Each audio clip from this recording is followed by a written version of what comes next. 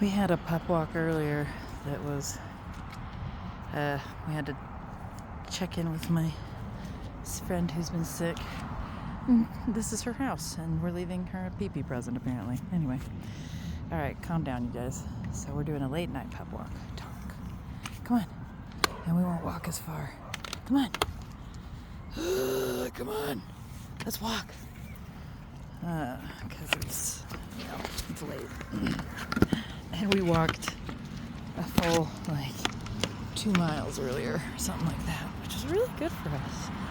Anyway, yeah, so I'm using my backup phone because I have a phone that doesn't have any data. It's just for art. I just needed a little tablet for drawing on, so I got this Galaxy Note little thing with the stylus. It's actually really convenient. Anyway, but yeah, I wanted to talk about, why am I talking about primary sources, secondary sources, tertiary sources? Why am I talking about critical analysis of documents, how to analyze primary sources and figure out, who's speaking, what their purpose is, all that kind of stuff. And I just wanted to do a quick conversation about that because I think it's important that people know what my purpose is in order to buy into what I'm offering. Stop and start a lot. Hold on. Had to cross the street twice, so figured that's easier done without the camera in my hand. Anyway, and easier to walk around this park with both hands, or both in one hand. Anyway, where was I? So I want to work on buy-in. Why should you pay attention to me? Why? What do I have to offer? And I did this kind of in one of my first videos. My second video is it's 20 minutes long, and it's what's intro to, I forget what I called it, intro to what this channel is about. But and that gives you a weird rambly blah blah blah. But this a little more specific as to why I'm talking about sources and understanding and interpreting sources, because what we're seeing a big problem with, and this is in the United States specifically, but I'd say it's it's probably a global issue. I just can't speak from experience from those other places. That adults, particularly my age and older, although honestly, no one is safe, are being completely brainwashed and fucked up about propaganda. Now, what is propaganda? Propaganda is a myriad of types of media, but what it ends up being is there's a bias to it. Media with a bias, with a purpose, with a message to share, with an intent to convince the consumer of a specific ideology as truth. Okay, whether or not it is true is up for conversation. Sometimes propaganda can be used for good too, but so if you Google propaganda, a lot of Cold War era media will come up. That was a big time to have the conversation about propaganda, because the U.S. was experiencing this anti-communist rhetoric as if the USSR was ever actually a communist nation. If you know what communism actually is, then you wouldn't believe the propaganda. Oh, and that's it, is that the USSR was also engaging in a big propaganda campaign to show that their way of life was functioning, that it was the best, that it was good. And what it was fascism. And, oh no, there's a dog ahead. I gotta keep an eye. Okay, let's go this way. Anyway, I just prefer to avoid any interactions at all. We're just walking in the middle of the field. It's nice. It's a little dark. Anyway, obviously. And so USSR propaganda was to convince people that what they were doing was actually communism and it was actually working, which it wasn't, and it wasn't. And in the US, the propaganda was the Red Scare, was an entire brainwashing movement that we are still suffering the repercussions of, because what do you think makes boomers so anti-socialist? And that's what it is too. Socialism, communism, they're often lumped together as one big scary fucking boogeyman, you know? And if you actually study the economic theory of socialism and communism, you would understand that what the Soviet Union was doing was neither. And what we have today in the United States is socialistic. This pisses a lot of people off, but we are a socialistic democracy, right? We pretend to be capitalists. Capitalism has yet to exist in a pure form, but whatever. If capitalism really existed, it would there'd be a lot more death of big corporations, but there's not. It's the government is involved in the economy and provides certain resources. So education being provided by the state is a socialist thing. Social security, a lot of the things we got during the New Deal, FDR, Franklin Roosevelt, New Deal era, were social programs, be socialism. And socialism is the concept that the government owns and runs the most important resources for their constituency, like healthcare. So Europe, you'll see in a lot of European nations, in the EU generally, pretty effective socialistic system when it comes to like healthcare. And some are better than others, and blah blah blah. And then you can have a conversation about it. But stop pulling me. I don't want to go that way.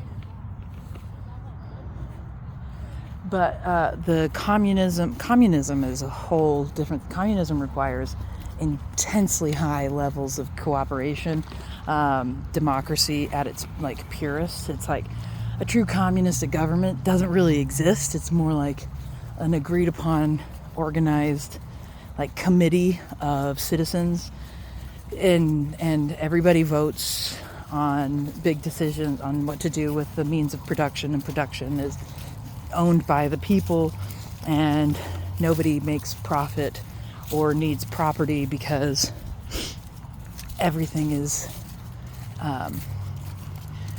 provided equitably. Anyway, it's a whole complex thing, and you should definitely study more, and you should learn from people who know better than I do. But in all of that, both the USSR and the United States during the Red Scare era were lying about what communism and socialism were. They were just absolutely fucking lying. And they were making, we're talking posters, we're talking TV shows, we're talking music, control of all of this kind of stuff to control, let's go this way, guys, control the ideology around the interpretation of and the understanding of these different concepts. Here, hold on.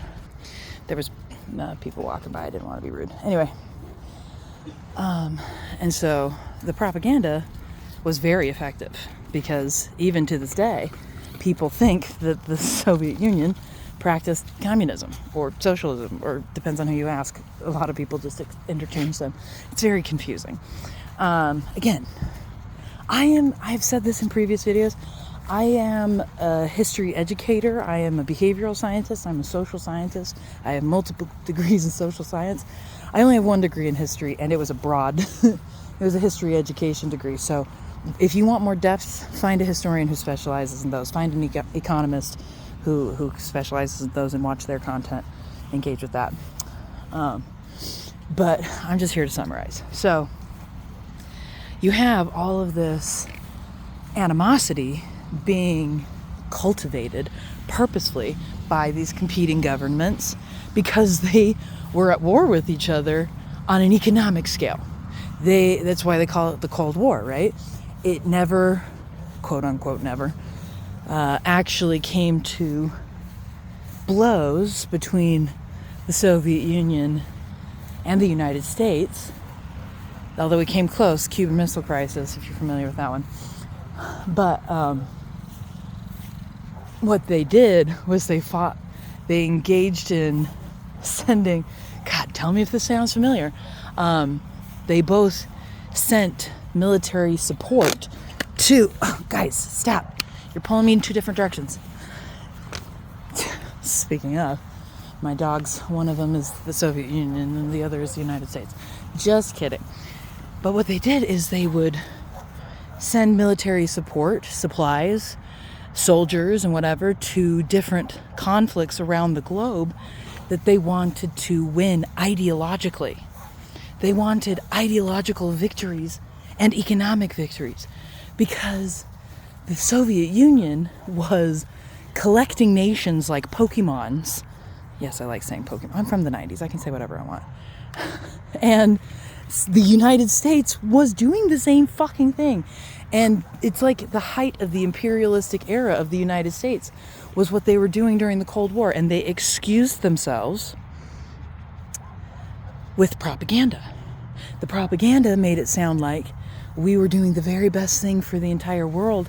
We were the saviors of society and the good American way, and that capitalism is like grace by God, and this very fucking mandate of heaven. If you study Chinese history, the empires in the dynasties in Chinese history needed a mandate from their god, their spiritual deity, whatever, in order to rule. And if they lost the mandate, then it doesn't matter.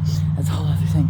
But the United States has engaged in theocratic governing structures and propaganda styles since its inception.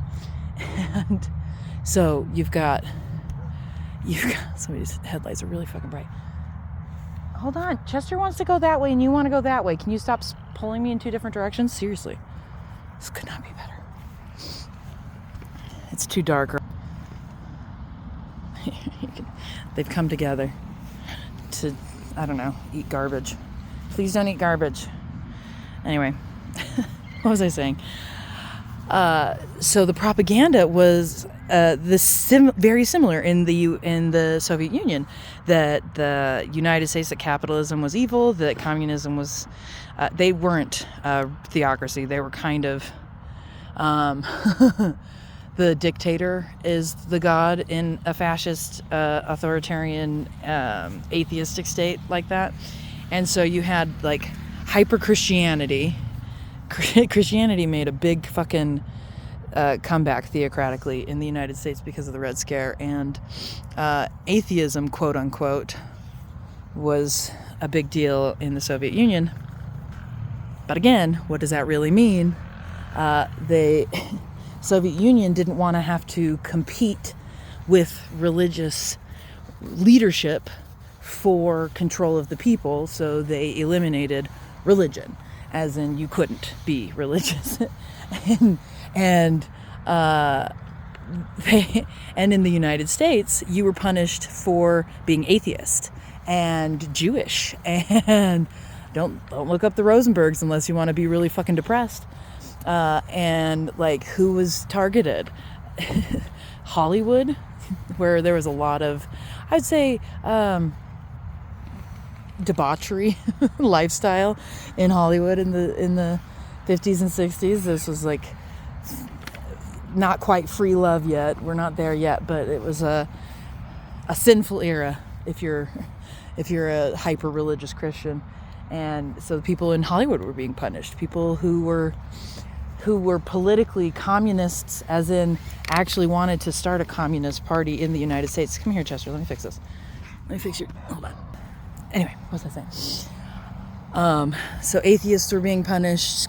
People who were politically into communism, but like the actual economic theory, not the Soviet Union, not fascism, dressed up like communism. I mean, the Nazis called themselves socialists. They were never fucking socialists. They were fascists.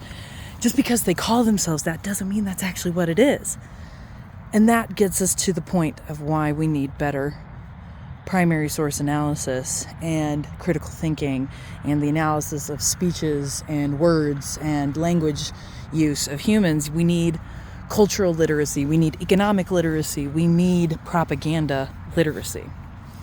I'm really quite good at propaganda literacy. Anyway, because what we need to understand is that the plight of the Red Scare, of the people in the Red Scare, was fabricated by people in control to maintain control. That's it. The citizens were the ones who suffer, of course, because that's how it always is. All right, let's keep walking. Let's walk towards some light. I'm just a big talking black screen. Come on, let's go. Ugh, God, stop. Let's walk this way. Walk this way. Athena, stop pulling me.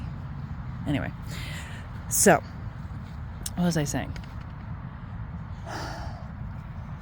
It was all a means of controlling the citizenry by making them afraid of a boogeyman. And both nations indeed did it, engaged in it, in the same way that Hitler's Germany engaged in it.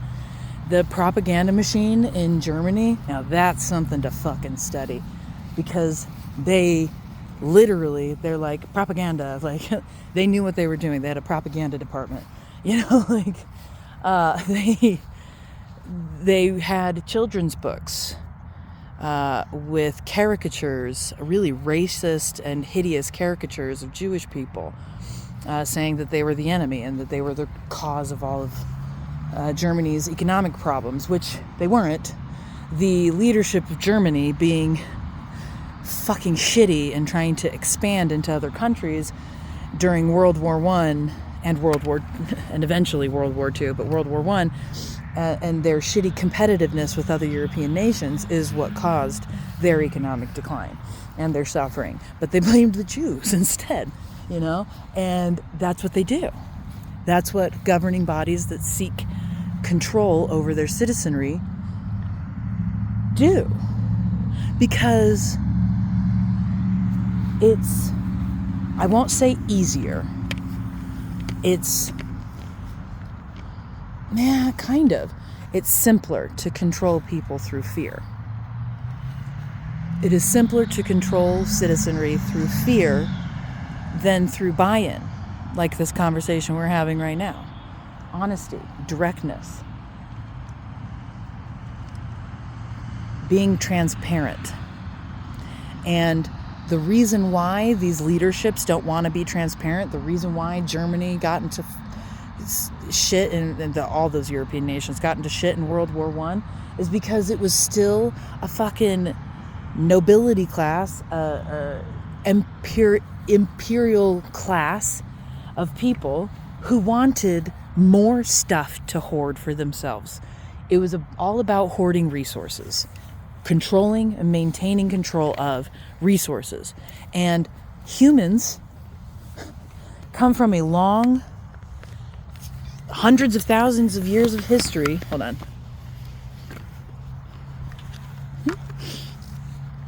Hundreds of thousands of years of history of sharing resources.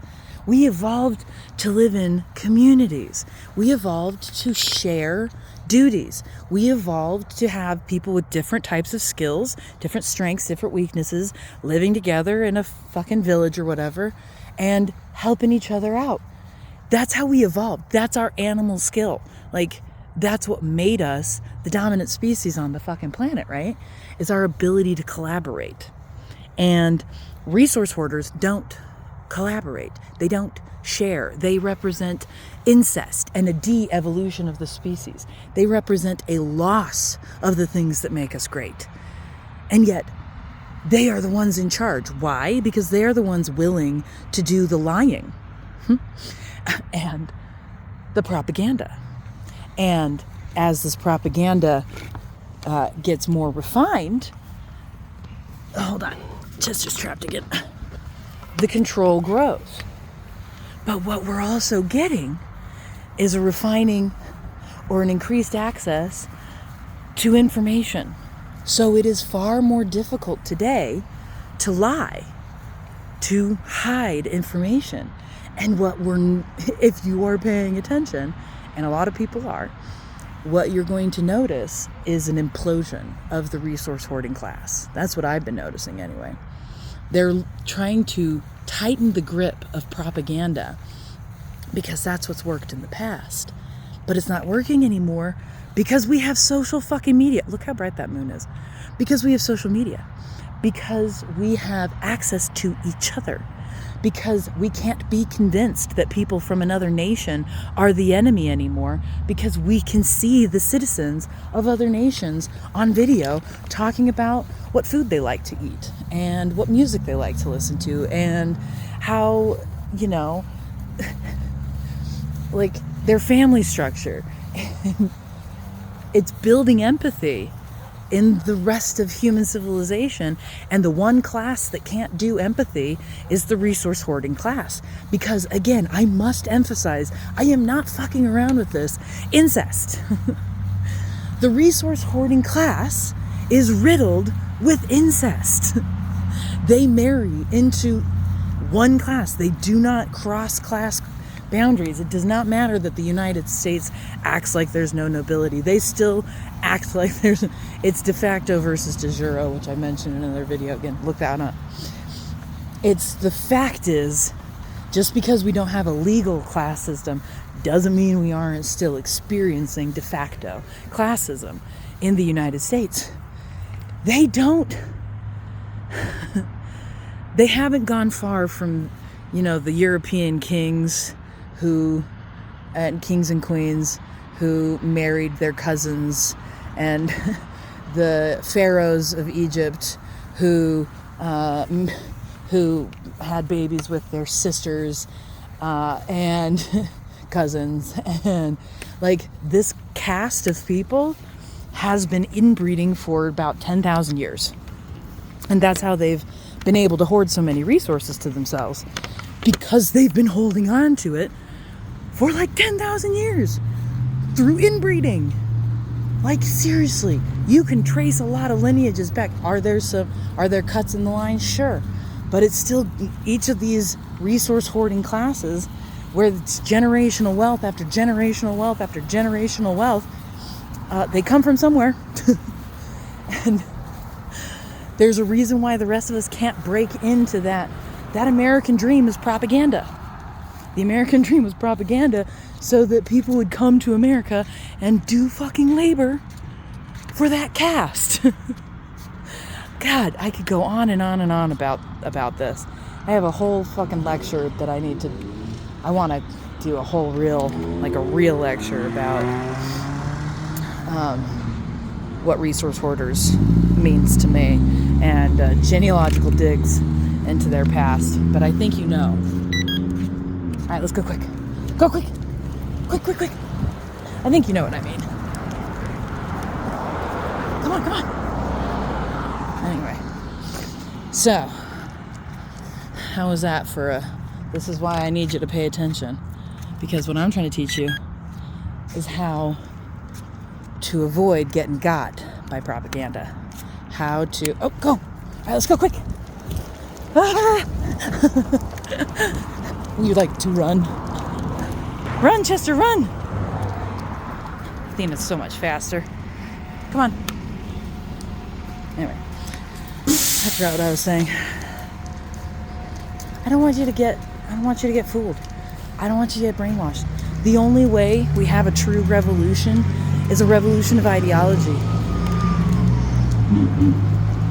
The revolution we need does not require war. In fact, the only people still engaging in those kind of violent manner are alt-right radicals who are imploding and killing each other. And it's like, fine, fucking let them. The rest of us need to engage in peace and a change of minds and hearts and an understanding of how we've been deluded for so long. And that's why they're trying to dismantle social science education, because people like me can teach you how to point out the behaviors and the patterns of people like them. We are dangerous to them. So, You know, if I get assassinated or whatever, I need like way more followers than I have right now. I have like 13, which is pretty great. Thank you. So if you watch this video, give me a like or a share or a comment or engage with it to spread the word. I really want people to know how they're getting got. And I really would like it to stop. So, anyway, we're home now, so gonna say bye. Talk to you later. Good luck getting smarter. You can do it. We can do it too.